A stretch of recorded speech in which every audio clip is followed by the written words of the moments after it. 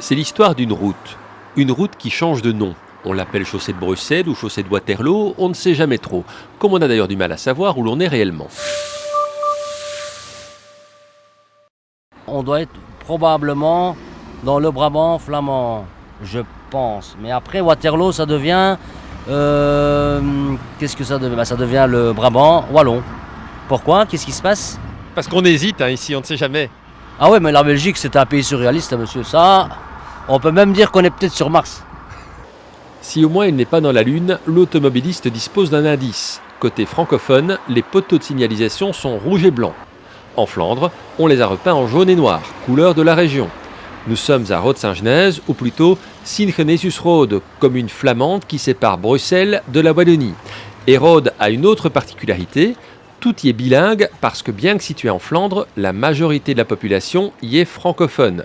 Les jeunes francophones de Rode sont nombreux à suivre l'enseignement néerlandais, mais attention, pas question d'y parler français dans la cour de récréation. Par exemple, si maintenant on se mettait à parler anglais dans l'école, il n'y aura aucun problème. C'est juste le français en fait qui pose problème. Et ça, je trouve un peu, c'est de l'intolérance.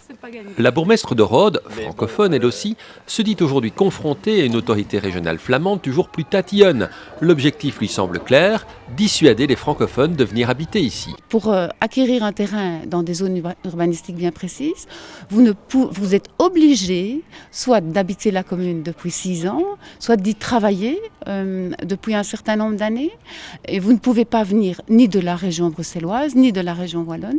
En fait, ce sont des règles absurdes et qui font qu'il y a ici dans la commune des citoyens de première et de seconde zone. Résultat, après avoir prôné l'apaisement, elle opte aujourd'hui pour une solution radicale. Il y en a marre et donc je pense que la seule façon, la meilleure solution, c'est d'être attaché à la région bruxelloise. Ça, c'est pas gagné.